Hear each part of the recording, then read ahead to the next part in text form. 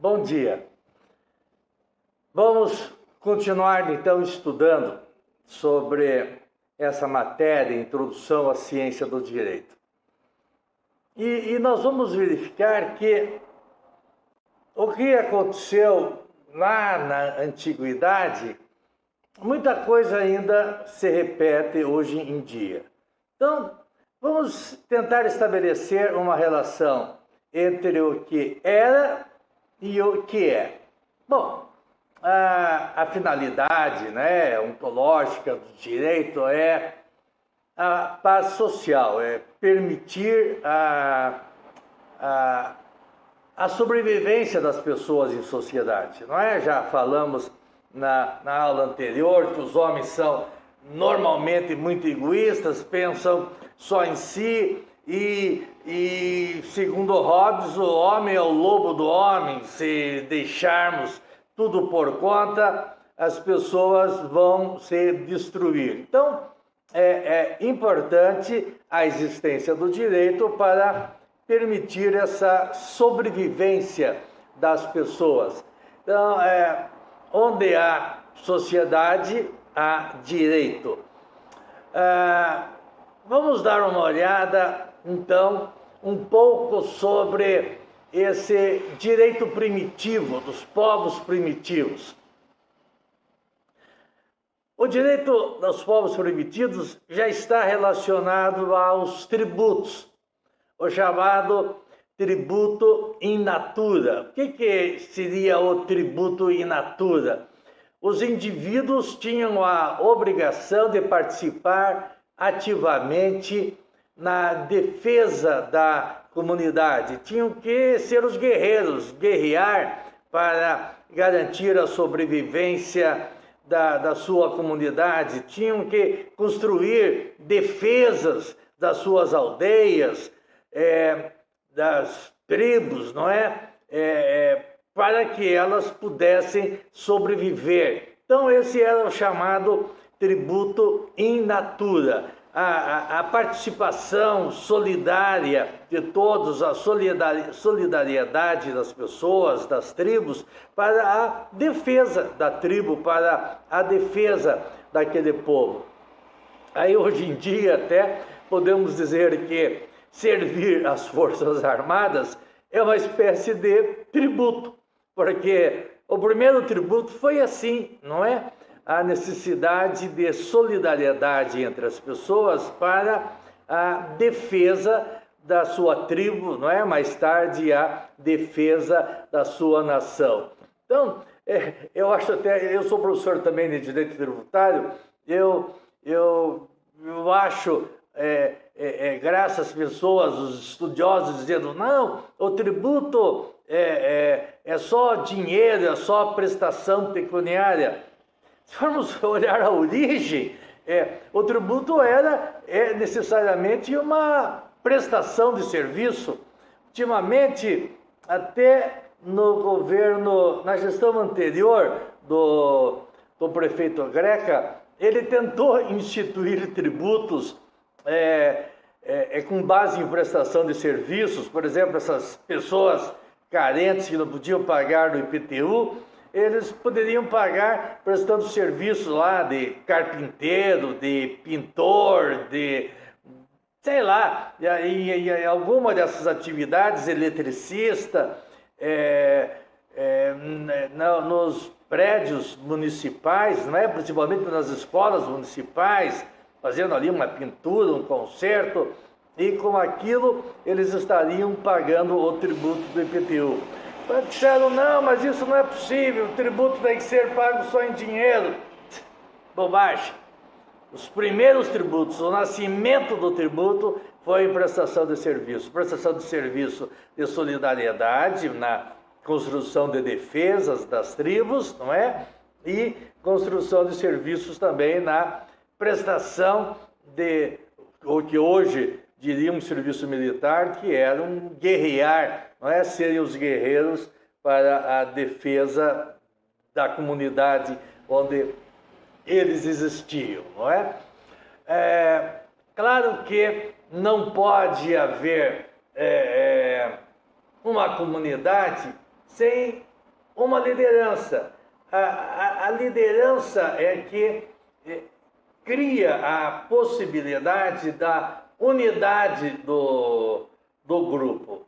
Mas o direito estava muito relacionado com os personagens, os deuses, não é? Os deuses da natureza, os deuses criados pelos homens, as pessoas que eram consideradas deuses. Cada tribo tinha o seu Deus próprio, né? Cada povo acreditava e criava um Deus, e com isso eles acreditavam que os deuses iriam conduzir os destinos do homem. Por isso que o direito, desde o início, esteve muito ligado com a religião.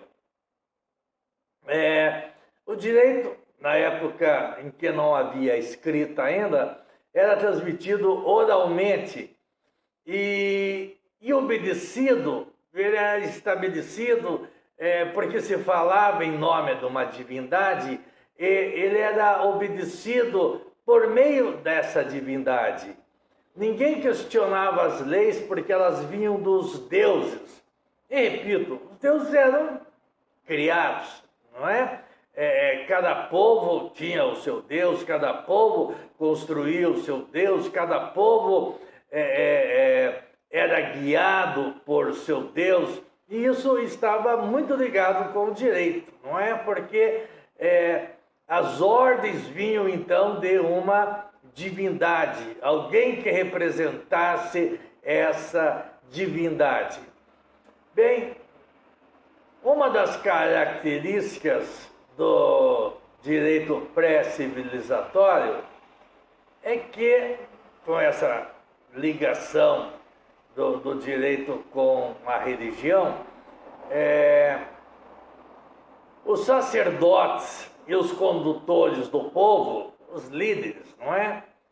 Eles passaram a sentir-se diferentes do próprio povo. Começaram a acreditar que sua superioridade decorria fundamentalmente de serem os preferidos dos deuses. E aí começaram a surgir as classes privilegiadas, os preferidos dos deuses, os governantes, os sacerdotes, os juízes.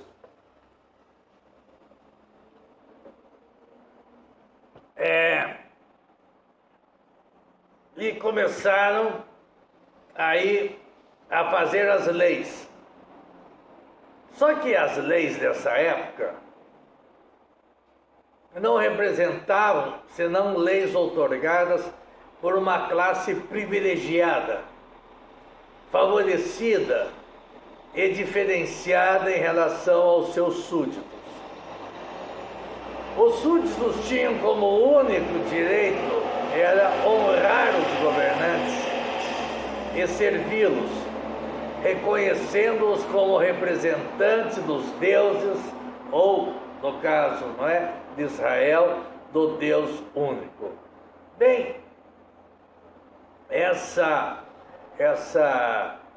natureza dessas leis, que eram outorgadas por uma classe privilegiada e que favoreciam a si próprios, nós temos que verificar que ainda hoje isso acontece, não é?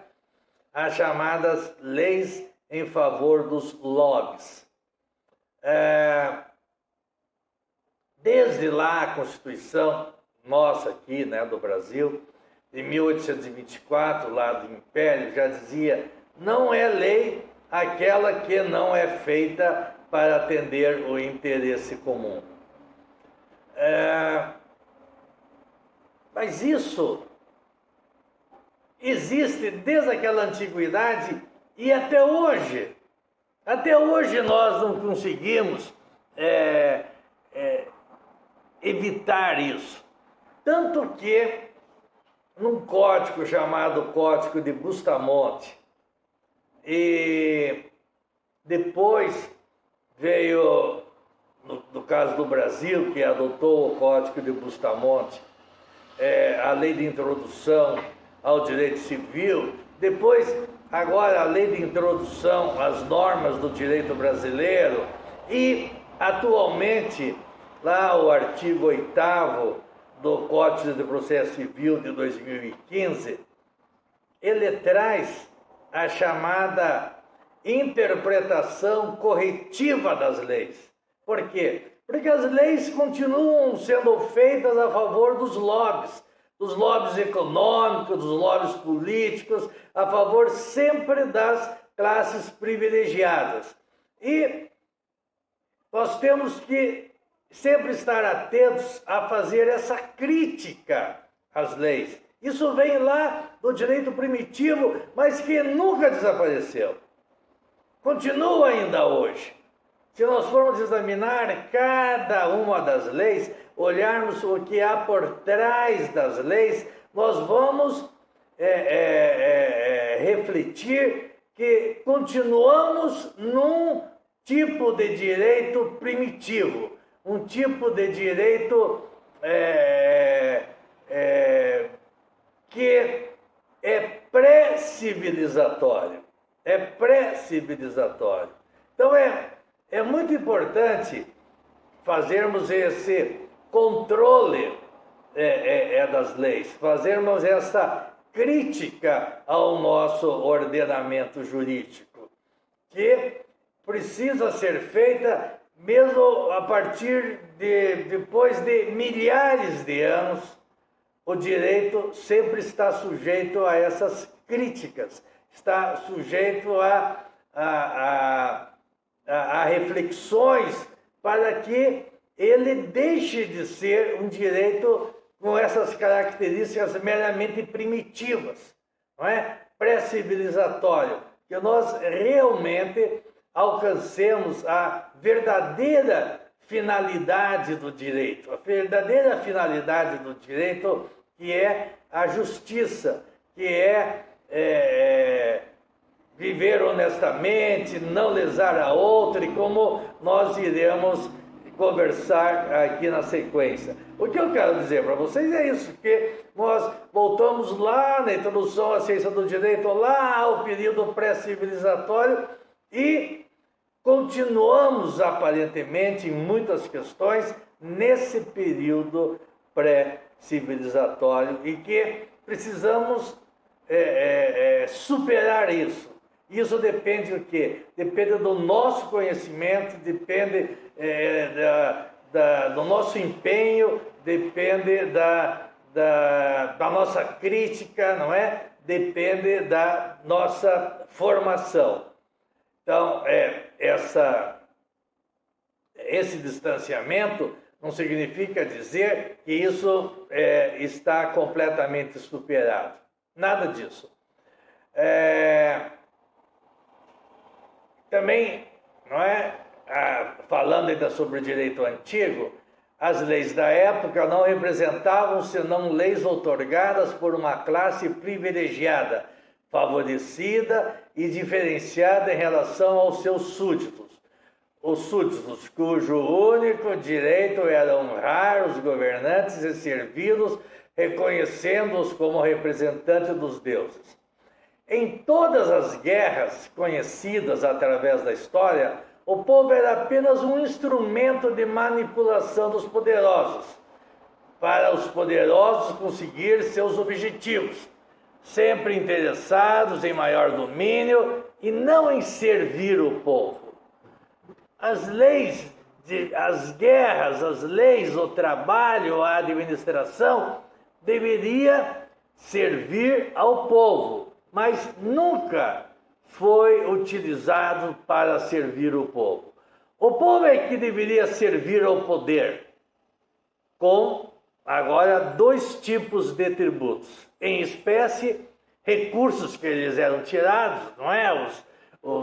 Os servos lá tinham que entregar a sua produção aos senhores, né? Os comerciantes, e hoje o que nós pagamos de impostos, né? Uma quantidade enorme de impostos imposto de renda, IPTU, ICMS, IPI, ISS, são todos os recursos que nos são tirados em forma de tributo para destinar ao Estado. Mas isso já na época também começou a acontecer, não é? Surgiram então os dois tipos de tributo. Esse tributo que eram recursos que eram tirados e o segundo tributo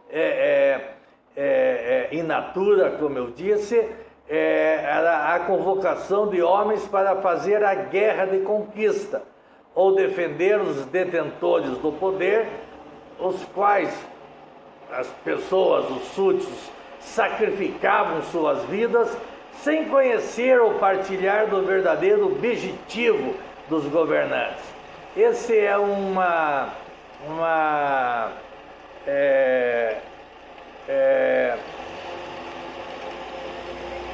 eu extraí de um livro do professor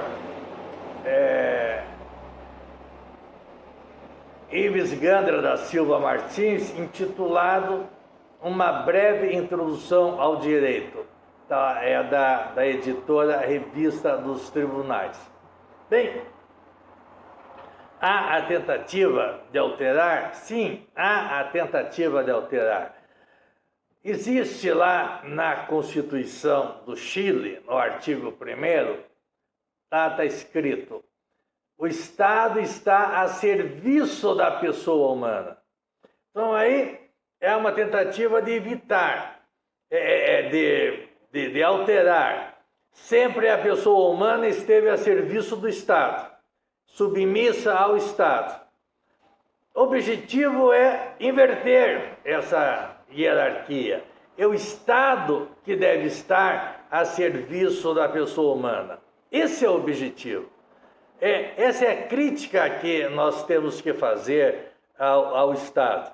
O Estado sempre esteve acima da pessoa humana, dos seus súditos. Os súditos tinham que prestar serviço ao Estado, tinham que servir ao Estado. Não. Na chamada, digamos, civilização, não é? Nós temos que fazer essa alteração. Esse é o objetivo dos estudos que temos que fazer. Essa é a grande reflexão que nós temos que fazer do direito. É essa inversão da hierarquia.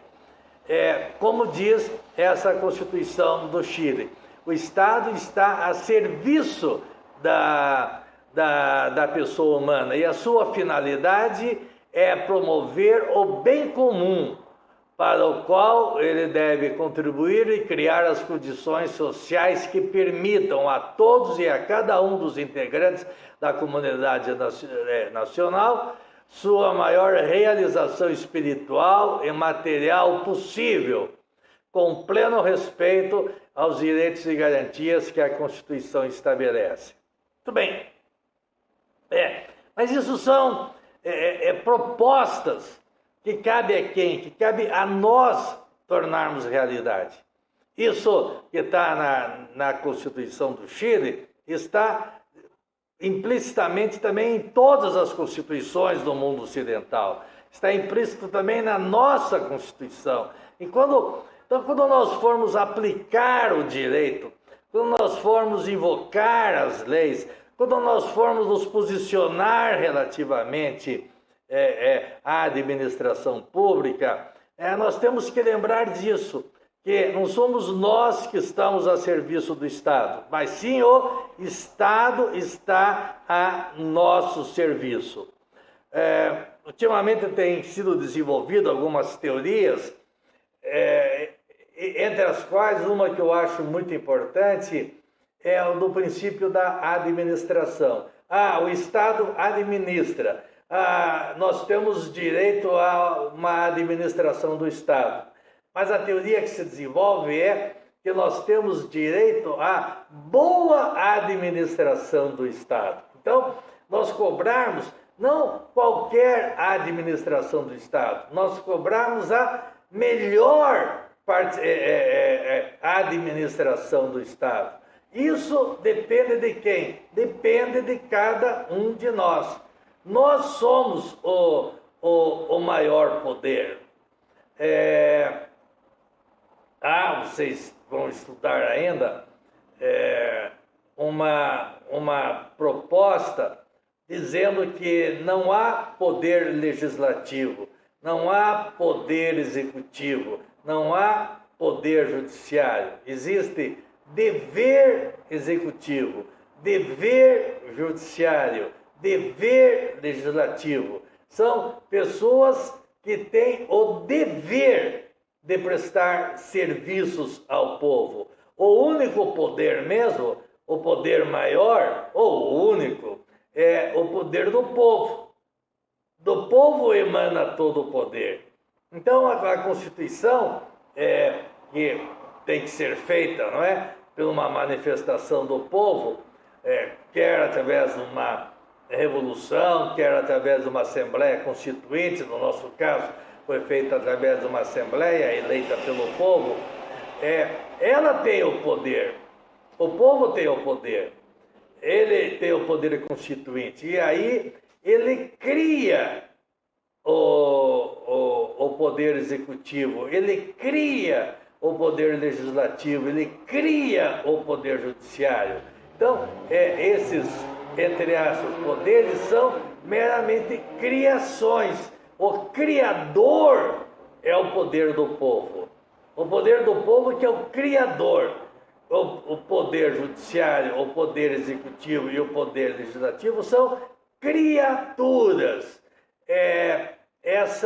Portanto, tudo isso é um trabalho que tem que ser feito porque muitos de nós, mesmo na magistratura tal, continuamos pensando como os povos pré-civilizatórios, em que os súditos estão a serviço do Estado, e não ao contrário, como diz a Constituição chilena, o Estado a serviço dos cidadãos. Eu conversando, com colegas do Chile, e eu perguntei como é que estava sendo interpretado esse dispositivo. Eles ainda me disseram, ainda é uma proposta, ainda é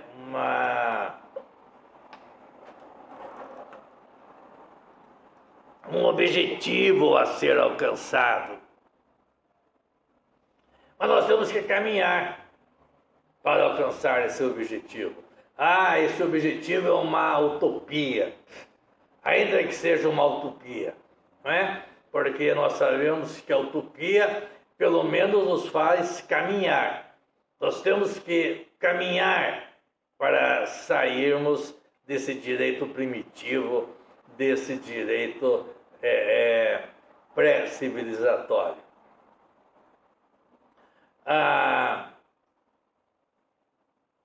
Nós temos, relativamente aos deuses, relativamente aos costumes, as sociedades antigas estabeleciam suas crenças, estabeleciam seus costumes, cada um estabelecia o seu, e tinha que ser observado aí dentro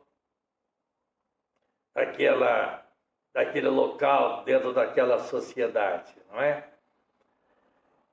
E eram os costumes que muitas vezes nós não conseguimos compreender. Todavia há um costume dessa época, os povos primitivos, que ainda vivem entre nós, algumas aldeias indígenas, dentro da Amazônia, dentro do Pará, e até para o lado do Mato Grosso, até para o nosso lado, o Acre. Existem tribos que, quando a criança nasce, a mãe tem que levá-la ao cacique para ver se está tudo bem. Se a criança tem aparentemente algum defeito, uma mancha, uma orelha, sei lá, em abano, ou falta um dedo, sei lá, o cacique pratica o infanticídio, sacrifica a criança. É o costume, é a tradição. Certa feita, eu sou professor de Direito Constitucional lá na Escola da Magistratura, certa feita, essas missionárias que trabalham lá naquelas aldeias indígenas, mandou-me uma mensagem perguntando: pode isso? Os juízes daqui podem prender os caciques por infanticídio? Até hoje eu não consegui responder. Por quê? Porque na nossa Constituição, chamada Constituição Antropológica, eu quero realçar aqui que a nossa Constituição é de 88, são várias constituições dentro da Constituição. Dentro da nossa Constituição, nós temos a Constituição Econômica, temos a Constituição Médica, temos a Constituição Filosófica, temos a Constituição Histórica, temos a Constituição Biológica, temos inúmeras constituições. E a jurídica também, né, evidentemente. Mas, e dentre essas várias texturas constitucionais, nós temos a Constituição Antropológica, que lá a Constituição Antropológica está lá no artigo 231 da nossa Constituição, que vai dizer: são reconhecidos aos índios sua organização social, costumes, línguas, crenças e tradições. Ou seja, reconhecemos aos índios o direito de ser índios e ter o seu próprio direito e ter a sua própria Constituição. Isso a mim tenho que fazer alguns questionamentos, não é? Então, é possível, diante dessa Constituição indígena, os caciques sacrificarem as crianças que eles consideram que não são bem-vindas, não é? Que tenham algum tipo de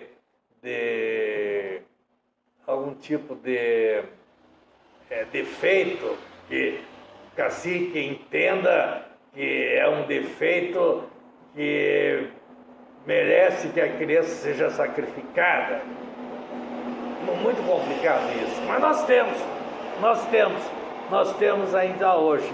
Por isso que eu digo que nós falamos lá de direitos, do direito primitivo, mas temos que refletir, porque muitos direitos, regras primitivas nós temos ainda hoje, principalmente aquela que nos torna súditos e meros instrumentos que somos manipulados pelos nossos governantes, não é? Pelos poderosos, pelos privilegiados. Muito bem.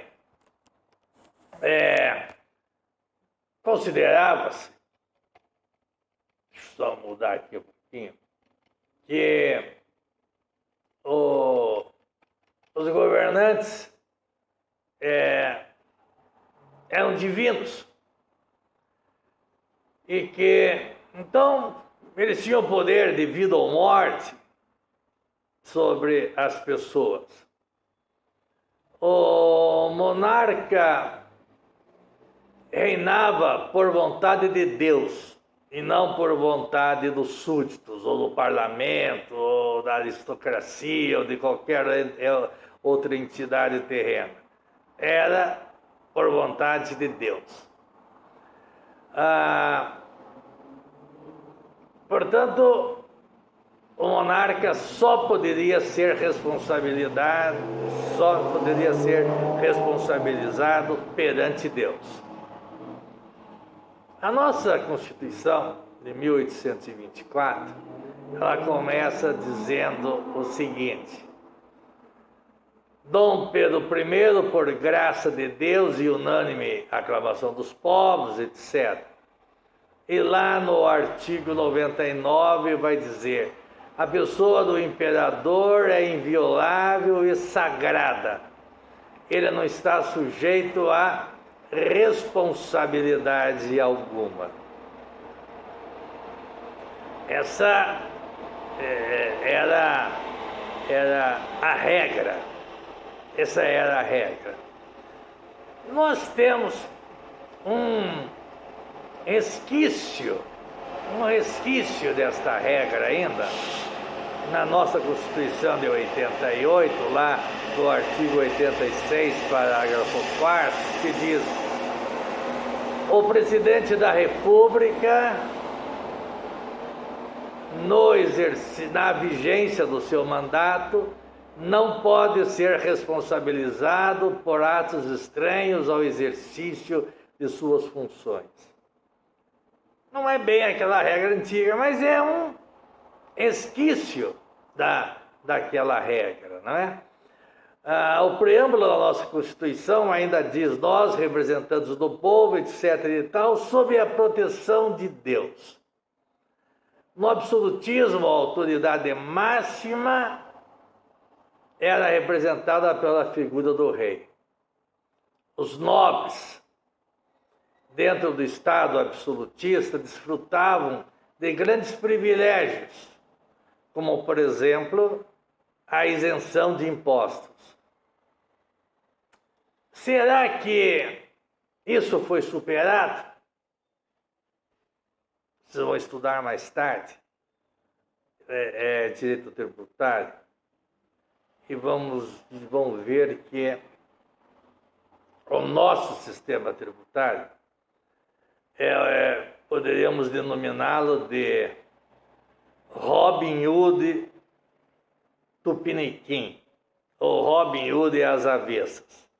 Vocês conhecem a lenda de que Robin Hood ele roubava dos ricos para dar aos pobres. O nosso sistema tributário, se vão estudar, é sistema tributário Robin Hood às avessas, ou seja, ela rouba dos pobres para dar aos ricos. No nosso sistema tributário, quem ganha mais paga menos e quem ganha menos paga mais. E os grandes mesmo, privilegiados, não pagam nada.